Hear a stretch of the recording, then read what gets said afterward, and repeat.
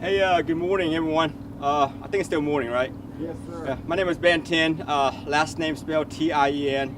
Assistant Chief for the Houston Police Department. Behind me, I have the commander over Central Division, Commander Guzman, and the ship commander, Lieutenant Davis. What we have today is the best outcome that anyone can expect, right? What we had is what we call a barricaded suspect with a 6-month-old baby, and the scene is safely resolved.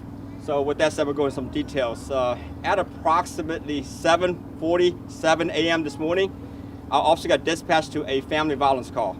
Upon arrival, they met the female at the front door, and basically, according to the female, she advised our officers that there was a disturbance going on between her and her boyfriend. And then when the officer asked, were there any weapons involved, the male immediately answered from inside the house, claiming they had multiple weapons. Of course, we take the females away from the scene to secure her, make sure she is safe. At the same time, the male also charged out the front door and remained in the front porch with a baby.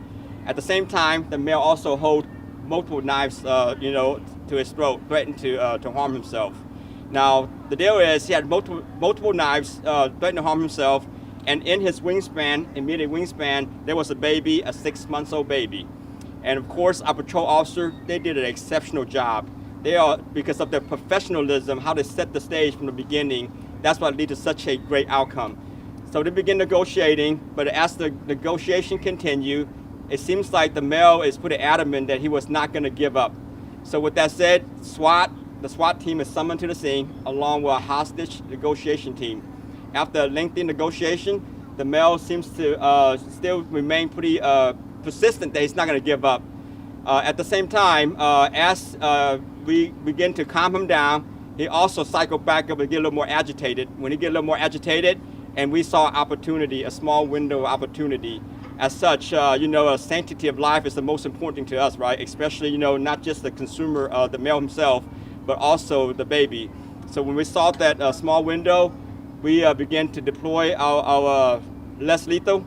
And then as such, male was able to get separated from the baby. We safely secured the baby, and subsequently, you guys can see behind me, the baby was safe, and also the male began running, and we were able to take him into custody without any incident.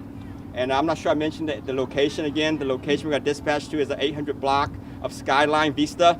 Just put in perspective for everyone, it's basically in the middle of downtown on the southwest corner of Pierce Elevated and Allen Parkway, in an apartment complex.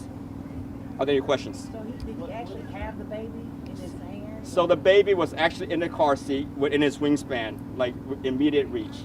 Did he ever threaten to hurt the baby, like with a knife or anything? So although the knife was actually in close proximity, he actually never made any overt threat to hurt the baby.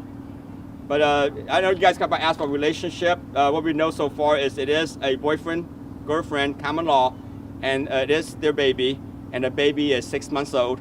The baby and the mother is currently, transported to the hospital to get some checkups, right? Just make sure, they're okay. And in the interim, the male is also again transported to the hospital just to get evaluated as well.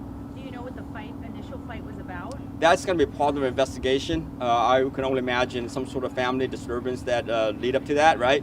As get closer to the holidays, temper flares and a lot of stuff happen, right? So I encourage everyone to let's now that they get there, right? So if you guys need some intervention, there's a lot of resources out there. Or perhaps even just pick up the phone and call us. What charges could this guy? So that is still pending. As always, any charges we seeking, we'll have to consult with the Harris County District Attorney, especially Harris County. So they're currently working on that right now. It's still part of the investigation. But our priority right now is to get everyone to get checked out, make sure they are okay. Was he hit by a taser? Did it have any effect? So so one of the less lethal, maybe I call the taser or CED, conducted energy devices, and it react differently, right? And it's always it's a pretty dynamic scene. So that's why we have redundancy. As you know, as you guys were standing there, we start expanding our footprint, shift our resources, right? Safety is paramount. When you guys were shooting out, it was like a beanbag or something? Yeah, there's some less lethal, technology we have available to us. The goal is to, sanctity of life is the most important thing to us, to find, less lethal like you said, right, technology to try to safely resolve the scene without any loss of life. And had police officers ever responded out to this unit in the past involving the man and the woman involved in this situation? Yeah, so what I've gathered right now, officer has been to this location on, with several occasions, and this is still going to be part of the investigation. As you know, we just wrapped up the tactical SWAT scene, right? So we're going to need some time to dive into that. So.